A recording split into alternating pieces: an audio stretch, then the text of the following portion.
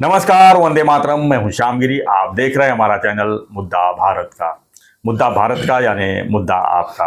मुद्दा है हमारा आज महाराष्ट्र की राजनीति में महायुति का। जी हाँ, महायुति में इसमें 4 पार्टियां हो गई हैं। मतलब बड़ी पार्टियां 4 हो गई हैं और छोटी छोटी पार्टियां भी आएंगी तो अलग बात है। लेकिन 4 पार्टियों हैं, बीजेपी, मनसे, शिवसेना, एनसीपी। इसमें बॉस कौन होगा, कौन जो इसका जो है मास्टरमाइंड होगा, इसमें इसी पे हम थोड़ा चर्चा कर लेंगे। क्योंकि इसमें सरस राज ठाकरे जी ज़्यादा दिख रहे हैं चारों, अगर कंपेयर करेंगे तो। सर आप क्या मानते हैं? सर मैं तो राज ठाकरे जी को इसमें कर रहा हूँ। मास्टरमाइंड शब्द अलग है अच्छा, और बॉस शब्द अलग है। जरूरी नहीं कि बॉस ही मास्टरमाइंड हो। होता है ना सर? नहीं, अच्छा, ऐसा कुछ नहीं है। बॉस बॉस होता है जी। बॉस की ताकत उसकी दादागिरी में रहती है उसकी हुकुमशाही में रहती है, अच्छा। उसकी तानाशाही में रहती है। और मास्टरमाइंड?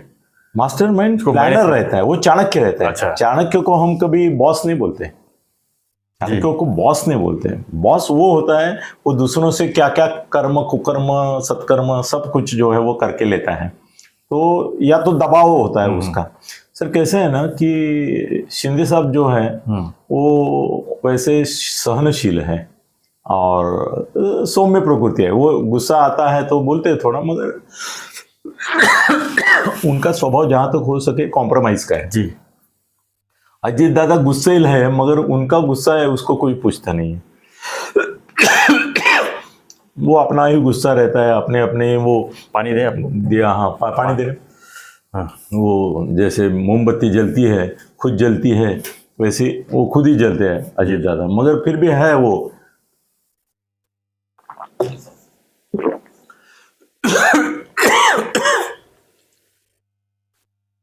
फडणवीस चाणक्य है, वो उसको मास्टरमाइंड है, उनको मास्टरमाइंड है। जी। पर क्या है ना कि उद्धव का देखो तुम, 14 से 19 तक वो महायुति में थे, सरकार में भी थे, उनके मंत्री भी थे, मगर बात हमेशा क्या करते थे, आमच्या खिशात राजीनामे आहेत। हाँ, ऐसा ही बोले कि नहीं? सिद्धे साहब नहीं, शिंदे साहब भी बोले थे, मगर उद्धव भी बोला था कि आम्ही खिशात राजीनामे घेऊन फिरतो। और तुम्हारा संजय राउत तो रोज फडणवीस को गाली देता था। हाँ। अग्रलेख से मोदी जी को भी, मोदी जी सरकार में रहती है। सरकार में रहते हो।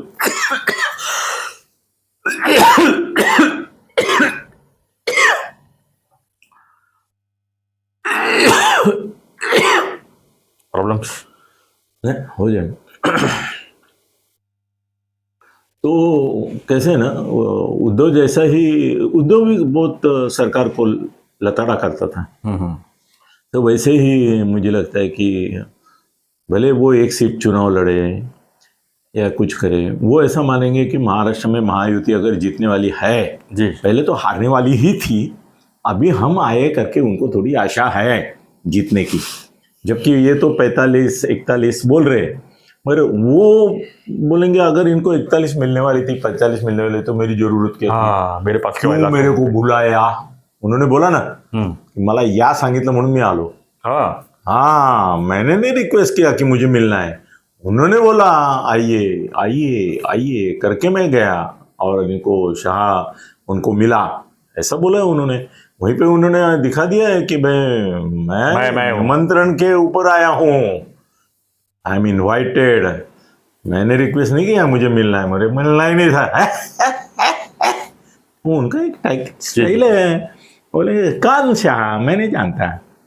उन्होंने बोला है तो जाके मिल के आया। उन्होंने देखो ट्वीट भी किया, कितना शॉर्ट किया है कि मैं आज अमित शाह को मिल के आया। बस मतलब अमित शाह का महत्व कितना है, तो एक ट्वीट में 4 शब्द। अभी अमित शाह को भी इस तरह से ट्वीट करते हैं वो तो फडणवीस को, तो अमित शाह को ऐसा डाउट हुआ कि हम लोग डायरेक्ट दिल्ली में जो सेटिंग कर रहे हैं, एक एक फॉर्मूला बना के डील कर रहे हैं, हाँ, उसकी वजह से फडणवीस नाराज हो रहे, शिंदे नाराज हो रहे। अजीत दादा का सवाल नहीं है, मगर अजीत दादा भी डायरेक्ट दिल्ली से ही आए। हाँ, ये इनको कहाँ मालूम था कि अजीत दादा आ रहा था। तो फडणवीस पिछले अभी एक्टिव हो गए, मगर एक 3-4 दिन थोड़ा सा पीछे थे, जरा डाउन थे वो, और लो की प्रोफाइल में गए थे। तो इनके समझ में आया कि महाराष्ट्र की बातें हो रही है और इनको तो बुला नहीं रहे। भाई ये शाह जब इसको मिले, राज ठाकरे को, तो वहाँ विनोद तावड़े का क्या काम है? फडणवीस का काम है। महाराष्ट्र किसके अंदर है? फडणवीस के अंदर। तो फडणवीस को बुलाना चाहिए था, उनको बुलाया नहीं। शायद उनको मालूम था कि नहीं, मैं इसमें मेरी डाउट रहता है, शायद मालूम होगा, और उनको नहीं बुलाना बड़ा अपमान था उनका, कि भाई महाराष्ट्र के आगे की सब बातें इनसे करनी है, ये ही संभालने वाले हैं सबको, और उनको बुलाया ही नहीं। मतलब जो डील हुआ वो डायरेक्ट शाह और इनके बीच में हुआ। उसके दो ही साक्षीदार है, एक उनका ही चेला विनोद तावड़े और ये इनका बेटा, तीसरे किसी को पता नहीं। कल अगर डिस्प्यूट हुआ तो फिर फडणवीस की पंचित होगी कि भाई अंदर क्या हुआ मुझे क्या मालूम, मैं तो हाजिर नहीं था। वो ऐसा हुआ ना, बंद कमरे के बारे में, बंद कमरे में बात बंद दरवाजा। सर कैसे है ना, इनकी नाराजगी का मैसेज शाह साहब को मिल गया ऐसा लगता है, इसलिए उन्होंने दिल्ली की मीटिंग में इनको बोला कि आगे चल के सब बातें आप फडणवीस से करेंगे। हो, ये बड़ी बात हो गई, क्योंकि शाह साहब को अंदाजा आ गया कि फडणवीस को बाजू में रख रहे, कल संभालना किसको इनको।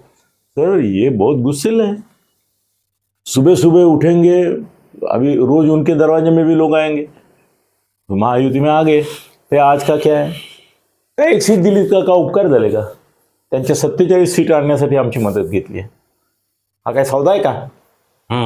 2 दिया समझो, तो बोलेंगे वो तो हम वैसे भी खड़े रहते तो जीतने वाले थे, इनके साथ जाने की जरूरत नहीं है। और लोकसभा हमारा उद्देश्य ही नहीं है, विधानसभा में हमको चाहिए, और विधानसभा में उन्होंने प्रॉमिस किया है, मुझे कितना प्रॉमिस किया है मैं नहीं बताऊंगा, मगर वो बोलते बोलते बोल भी देंगे कि 208 में से 50 सीट देने वाले हैं हमको।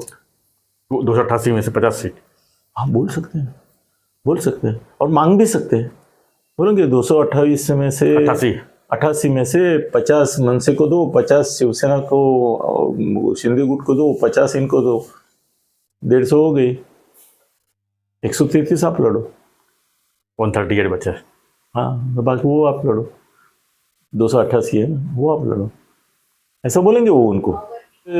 बोल सकते हैं कि भाई ये हमारा ऐसा है वैसा है, तो बॉस तो वो रहेंगे, और रोज फडणवीस की बैंड बजाएंगे, शिंदे की बैंड बजाएंगे, अजीत दादा की तो बजाएंगे ही बजाएंगे, उनके दोष निकालेंगे।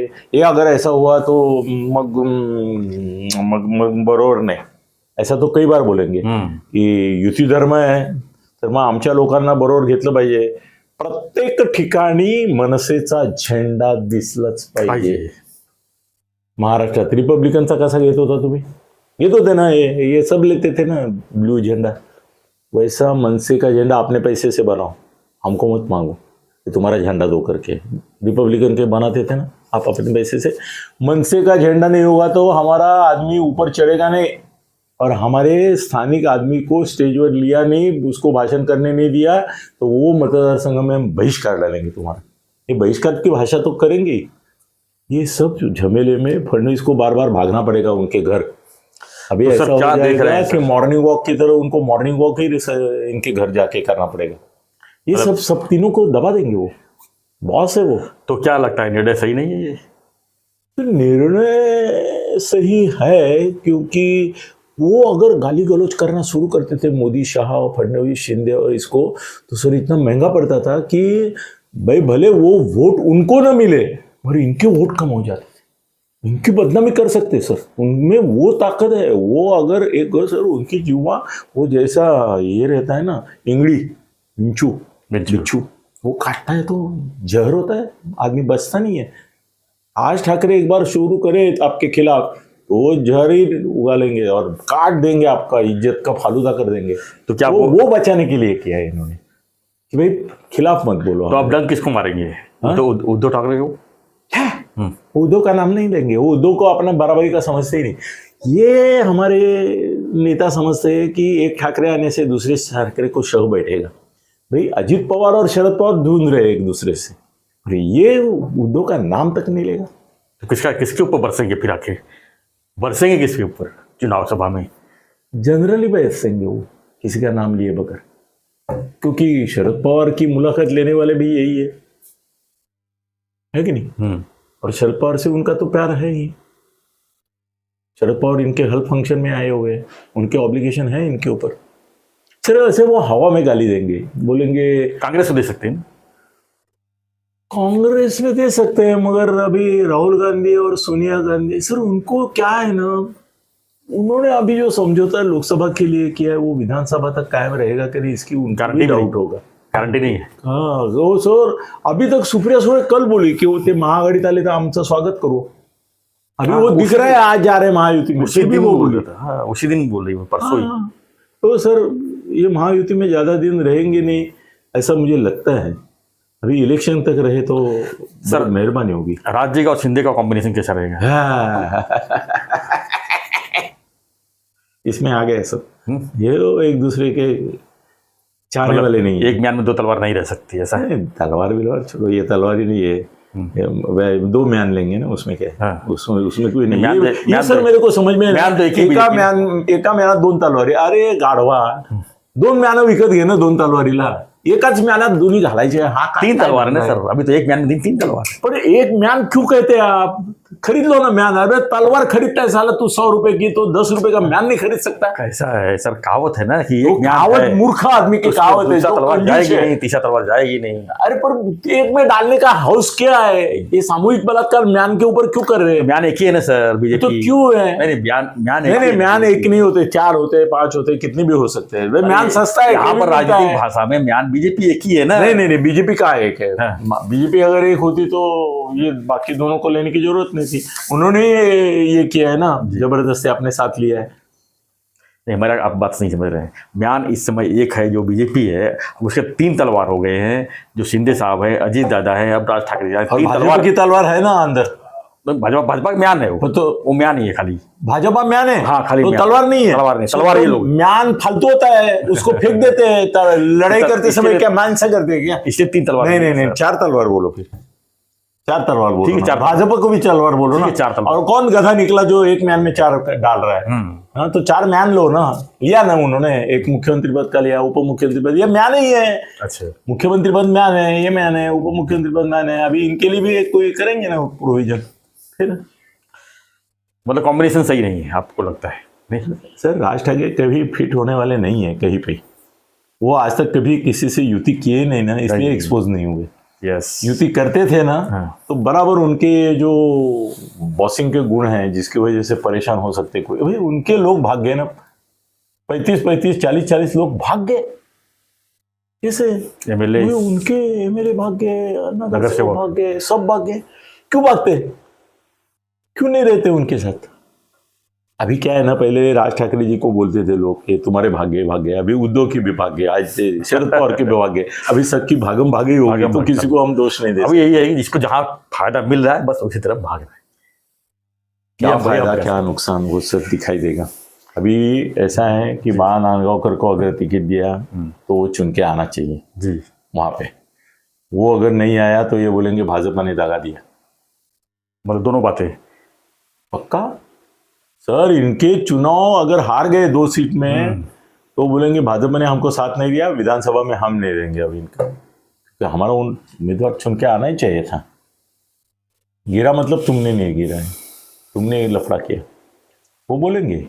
तो इनका 2 लाना सर, 48 नहीं है, 45 नहीं है, 41 नहीं है, वो ठीक है, मगर इनके 2 लाने की बीजेपी के ऊपर जिम्मेदारी है। फडणवीस को वहां जाके बैठना पड़ेगा। नहीं तो ये बोलेंगे कि तुम्हारे वोट हमको आए नहीं, हम छोड़ देंगे। सर वो दिन रात परेशान करेंगे। एक बार मनोहर जोशी मुझे बोले थे, मुख्यमंत्री थे, वो बोले मेरा सबसे बड़ा दुश्मन कौन है अनिल? तो मैं बोला मुझे मालूम है, मगर मैं बोलूंगा तो अच्छा नहीं लगेगा आपको। बोले तेरे मन में जो है ना वही मेरा सबसे बड़ा दुश्मन है। मैं बोला उद्धव? बोले उद्धव नंबर 2 का दुश्मन है, नंबर 1 का दुश्मन संजय राउत है। धन्यवाद। धन्यवाद। आपको क्या लगता है राज ठाकरे जी के एनडीए में आने से, बीजेपी के साथ में आने से किस तरह का कम्युनिकेशन होगा? यानी कि अजीत दादा के साथ, शिंदे साहब के साथ, बीजेपी के साथ किस तरह कॉम्बिनेशन राज ठाकरे साहब का होगा, उसमें प्रतिक्रिया आपकी चाहिए। और ऐसी खबरों के लिए बने रहिए हमारे साथ, देखते रहिए चैनल मुद्दा भारत का। चैनल को लाइक शेयर सब्सक्राइब जरूर कीजिए। धन्यवाद। जय हिंद, जय महाराष्ट्र।